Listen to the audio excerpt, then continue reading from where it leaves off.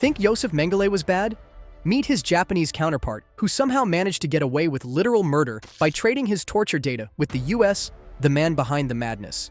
The year is 1892, and baby Shirō Ishii has just entered the world in Chiyoda, Japan. Born to a wealthy family of sake brewers, little Shiro had all the advantages of upper-class life. While other kids were probably dreaming about becoming samurai or whatever Japanese kids dreamed about in the 1890s, this kid was setting his sights on medicine. And not in a "I want to help people" way, more in a "I'm weirdly fascinated by what happens when bodies break" kind of way. School classmates later recalled that young Ishii had a particular talent for dissecting animals with unsettling precision and enthusiasm.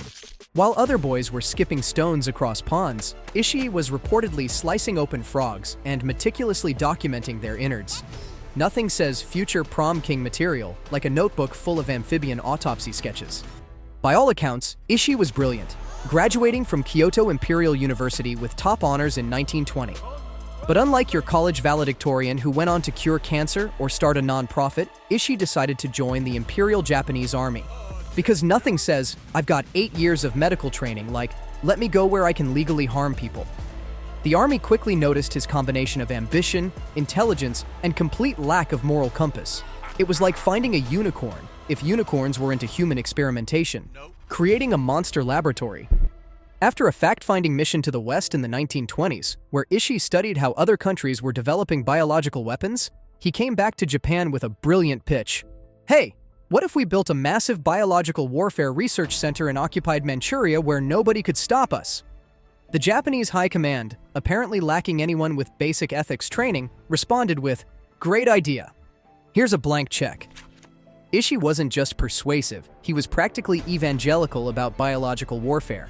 In lectures to military brass, he'd enthusiastically describe how diseases could kill more efficiently than bullets, claiming that a single test tube of bacteria could wipe out a major city. His audience, instead of recoiling in horror like normal humans, nodded along and opened their checkbooks. It was like a TED Talk for psychopaths. Thus, in 1932, Unit 731 was born in Pingfang, a district of Harbin, China.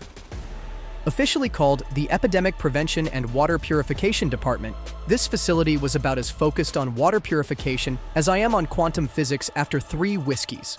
The sprawling 6-square-kilometer complex housed over 150 buildings, including prison cells, laboratories, and crematoriums, because nothing says medical research like needing your own crematorium. Ishii, now a lieutenant general, designed this nightmare factory to be self-sufficient. It had its own power plant, railway line, and housing for up to 3,000 staff. The complex was so large it could be seen from the air, which is why they painted fake roofs to make it look like a lumber mill from above. Because nothing screams, "We're definitely not doing anything wrong here," like camouflaging your massive research facility. The test subjects. Logs of horror. If you're wondering where Ishii found his test subjects, the answer is depressingly simple: anywhere he could. Chinese civilians, prisoners of war, political dissidents, anyone unfortunate enough to cross paths with the Japanese military in occupied China might end up at Unit 731. Here's the truly sickening part. Staff at Unit 731 didn't call their victims patients or even prisoners. They called them maruda, wantai, which means logs in Japanese. This dehumanizing language wasn't just casual workplace slang, it was official policy. When asked why they used this term, one staff member explained it was because the facility had been disguised as a lumber mill, so if anyone asked what they were doing, they could say they were handling logs. Haha, get it? It's a joke about systematically torturing people to death. These guys would have killed at the Imperial Comedy Club right after they finished killing at their day jobs. Estimates vary, but historians believe somewhere between 3,000 to 12,000 people died at Unit 731. And when I say died, I mean were subjected to unspeakable experiments until their bodies gave out. Unlike Nazi concentration camps, which sometimes released survivors, virtually no one left Unit 731 alive. Ishii made sure of that. He couldn't risk witnesses. The experiments. So what exactly happened behind those camouflaged walls? Buckle up, because this makes the Saw movies look like Teletubbies. Ishii and his team conducted experiments to test the human body's limits, specifically how much torture it could endure. They performed vivisections, surgical procedures on live, conscious people without anesthesia to observe how bodies functioned in real time. Victims would be restrained on tables, while doctors removed organs one by one to study the progression of organ failure. Some victims had their limbs amputated and then reattached to the opposite sides of their bodies. Others had their stomachs removed and their esophagus reattached directly to their intestines. The freezing experiments were particularly brutal. Prisoners would be taken outside in the bitter Manchurian winter, where temperatures dropped to -40 degrees Fahrenheit, and have their limbs repeatedly dunked in water until frozen solid. Doctors would then try different methods to thaw the frozen appendages, sometimes by dipping them in hot water, sometimes by holding them near an open fire, sometimes by leaving them to thaw naturally. The goal was to determine the most effective treatment for frostbite. Spoiler alert, most victims lost their limbs, if not their lives. And then there were the pressure chamber experiments.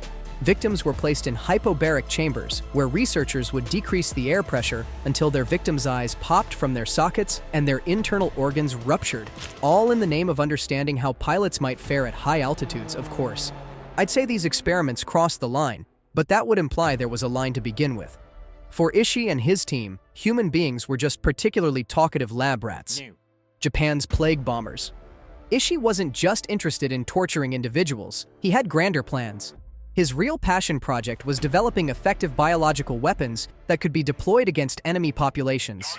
Under his direction, Unit 731 cultivated plague bacteria, anthrax, typhoid, cholera, and many other pathogens. To test these weapons, Ishii's team would breed infected fleas by the millions, load them into specially designed ceramic bombs, and then drop these plague bombs on Chinese villages.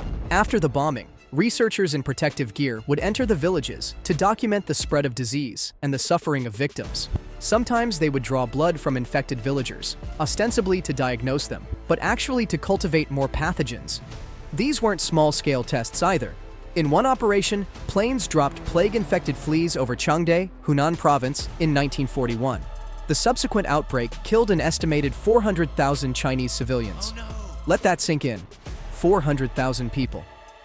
That's more than the atomic bombings of Hiroshima and Nagasaki combined, yet it remains a footnote in most World War II histories. The ceramic bombs themselves were engineering marvels, designed to break on impact without creating enough heat to kill the disease-carrying fleas inside. Each bomb could hold up to 30,000 fleas. Unit 731 allegedly produced enough plague bacteria annually to kill the entire world's population several times over. Ishii wasn't thinking small. He was planning a bacterial apocalypse. Field trips of terror. Not content with just experimenting in their Pingfang facility, Ishii's team took their show on the road. They conducted field trials throughout occupied China, setting up temporary labs in different regions to test how various diseases might spread in different environments. During these field operations, they would sometimes test weapons by tying prisoners to stakes in open fields, then detonating shrapnel bombs filled with anthrax or plague bacteria at various distances. Researchers would meticulously record how long it took each victim to die and which symptoms they displayed. They also poisoned wells, rivers, and food supplies in Chinese villages to study how diseases spread through communities. In some cases, they disguised themselves as aid workers, offering vaccinations that were actually injections of deadly pathogens. One particularly disturbing field test involved hygiene men handing out poisoned chocolates to Chinese children. These chocolates contained anthrax or other bacteria. The researchers would then document which children fell ill, how quickly they died, and whether the disease spread to their families. If that doesn't make your skin crawl, you might want to check if you still have a pulse. The mobility of these operations made them especially dangerous and especially difficult to document later. Many of these atrocities only came to light decades after the war, through testimony from Chinese survivors and rare Japanese participants who broke their silence. The cover-up, America's deal with the devil. As World War II wound down, Ishii knew the jig was up. With Japan's surrender imminent in August 1945, he ordered Unit 731's facilities destroyed and all remaining prisoners killed. Then he and his staff scattered, many returning to civilian life as respected doctors and researchers in post-war Japan.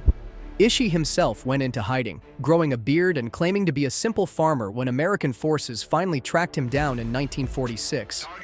Now, here's where the story takes a turn that would make even the most cynical spy novelist roll their eyes for being too on the nose. The Americans, upon discovering what Ishii had been up to, should have immediately arrested him for war crimes, right? I mean, this guy made Joseph Mengele look like Florence Nightingale with a bad attitude.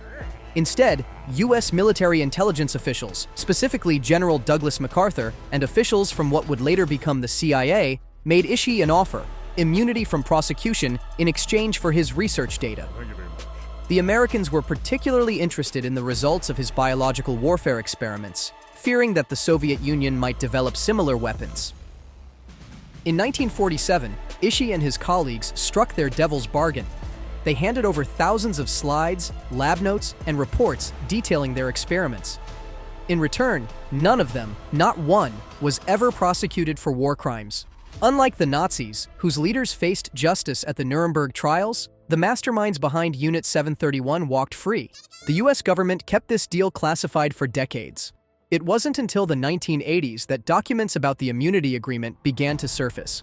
Even today, some files related to Unit 731 remain sealed in American archives, ostensibly for national security reasons. Because nothing says land of the free like helping mass murderers escape justice to get a leg up in the Cold War. Ishii's post-war years. While Nazi doctors were swinging from ropes in Nuremberg, Shirō Ishii was living comfortably in Japan. Protected by both the Japanese and American governments, he settled in a suburb of Tokyo and reportedly received a generous stipend from the US for his continued consulting on biological warfare matters. Ishii's colleagues fared equally well. Many became prominent figures in Japan's post-war medical establishment. Dr. Masaji Kitano, Ishii's right-hand man, became head of the Green Cross Corporation, a pharmaceutical company that later merged with Mitsubishi. Dr. Ryoichi Naito, another Unit 731 alumnus, founded the Japan Blood Bank, which later became the Green Cross Corp. Think about that next time you get a blood transfusion in Japan. The country's blood banking system was established by a guy who used to deliberately infect prisoners with syphilis. Some former Unit 731 members even found their way into academia. At least 3 became medical school deans, passing their knowledge, if not necessarily their ethics, to new generations of Japanese doctors. Others took positions in government health ministries, pharmaceutical companies, and research institutions. Ishii himself lived until 1959, dying of throat cancer at age 67. He never expressed remorse for his actions, nor did he face any legal consequences. His death certificate listed him as a simple physician, with no mention of his military career or his role in one of history's most extensive medical atrocities. He was buried with full military honors, his grave marked with his military rank. The Japanese government, eager to bury this chapter of their history, cooperated fully with the cover-up. Even today, Japanese history textbooks barely mention Unit 731, if they mention it at all. It's like if German schools taught that Hitler was just really enthusiastic about urban planning and racial demographics. Japan's collective amnesia. While Germany has memorial museums at former concentration camp sites and pays reparations to Holocaust survivors, Japan has done comparatively little to acknowledge the atrocities committed by Unit 731. The site of the main facility in Pingfang wasn't even designated as a historical museum until 1982, and it was China, not Japan, that established it. The Japanese government didn't officially acknowledge the existence of Unit 731 until 1988, and even then, they downplayed its activities. When survivors or their families file lawsuits seeking compensation, Japanese courts typically dismiss them on technical grounds or statute of limitations. This historical amnesia extends to Japanese popular culture as well. While Nazi villains are staples of Western movies and literature, you'll rarely find Japanese media depicting Unit 731 or biological warfare experiments. It's as if a chunk of history simply vanished from the collective consciousness. International awareness has been equally limited. When was the last time you saw a Hollywood movie about Unit 731? There's been Schindler's List, The Pianist, Life is Beautiful, and countless other films about Nazi atrocities. But major Western productions about Japanese war crimes, particularly those of Unit 731, are virtually non-existent. China and other East Asian countries, however, haven't forgotten.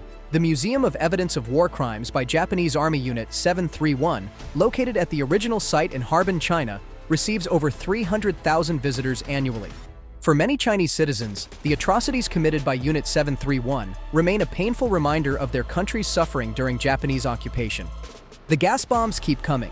While Unit 731 is the most infamous of Japan's wartime medical atrocity units, it wasn't the only one. The Imperial Japanese Army operated a network of similar facilities throughout occupied territories. Unit 100, based near Changchun, focused on developing biological weapons for use against livestock and crops, aiming to destroy the enemy's food supply. Unit 516, specialized in chemical weapons, testing various poisons and gases on prisoners. Unit 1644 in Nanjing and Unit 8604 in Guangzhou conducted their own versions of Ishii's experiments. All told, this network of biological and chemical warfare units employed thousands of personnel and victimized tens of thousands of people. And like Unit 731, most of their members were never prosecuted. Many went on to successful post-war careers, their pasts conveniently forgotten. The scope of Japan's biological warfare program was so vast that cleanup efforts continue to this day. Since the 1990s, Chinese workers have periodically unearthed caches of chemical weapons abandoned by retreating Japanese forces. In 2003, construction workers in Chikihar discovered buried Japanese mustard gas bombs that injured dozens of people. Similar incidents have occurred throughout China, with thousands of chemical shells and bombs recovered. In 2010, Japan finally initiated a program to help locate and dispose of these abandoned weapons, though they've maintained that any compensation claims were settled by post-war treaties. It's like burning down your neighbor's house, agreeing to help clean up 65 years later, but refusing to pay for any of the damage because you already said sorry in 1951.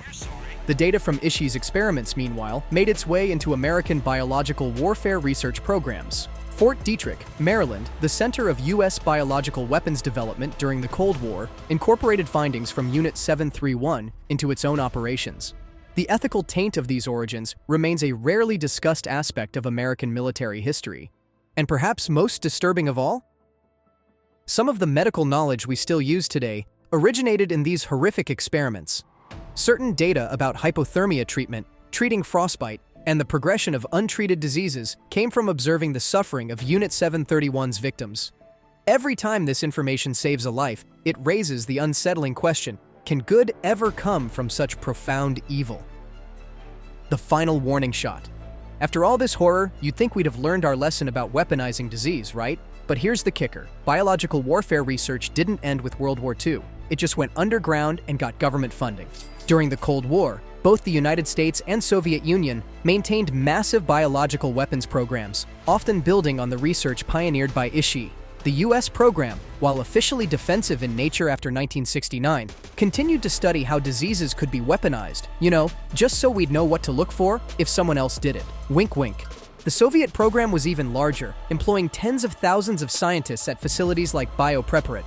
When Soviet defector Ken Alibek spilled the beans in the 1990s, he revealed that they had weaponized everything from smallpox to Marburg virus, creating antibiotic-resistant strains and aerosol delivery systems that could have killed millions. Today, the Biological Weapons Convention technically prohibits the development of such weapons, but without robust verification mechanisms, it's basically an honor system. Pinky promise you won't make plague bombs? Sure thing, comrade. Meanwhile, defensive research that looks suspiciously similar to offensive research continues in high-security labs worldwide. Ishii might be long dead, but his scientific approach, viewing disease as a potential weapon and human beings as expendable research subjects, lives on in the darker corners of military research. The next time you hear about a biosafety level 4 lab studying how to make bird flu more transmissible for research purposes, remember, this is Ishii's legacy.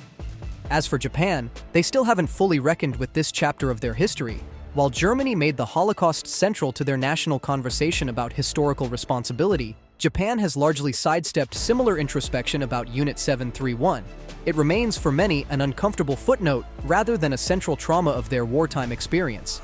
And so, Shirō Ishii, a man who orchestrated suffering on an industrial scale, died peacefully in his bed, his crimes uninvestigated, his victims unacknowledged, his methods secretly preserved for future generations of military researchers. If there's a hell, he's probably down there right now, taking notes on new torture techniques and wondering why he never thought of them first. I'd say, may he rest in peace. But honestly, may he be forced to eternally explain himself to every single one of his victims while being slowly lowered into a vat of plague-infected fleas. Too harsh? Ask the people of Changde, who never got as much as an "our bad" card from the Japanese government. If you're wondering if these kinds of horrors could happen again, just remember, we live in a world where scientific ethics committees spend months debating if it's okay to edit the genes of embryos, while military research operates behind closed doors with classified budgets and convenient national security exemptions. Sleep tight, everyone.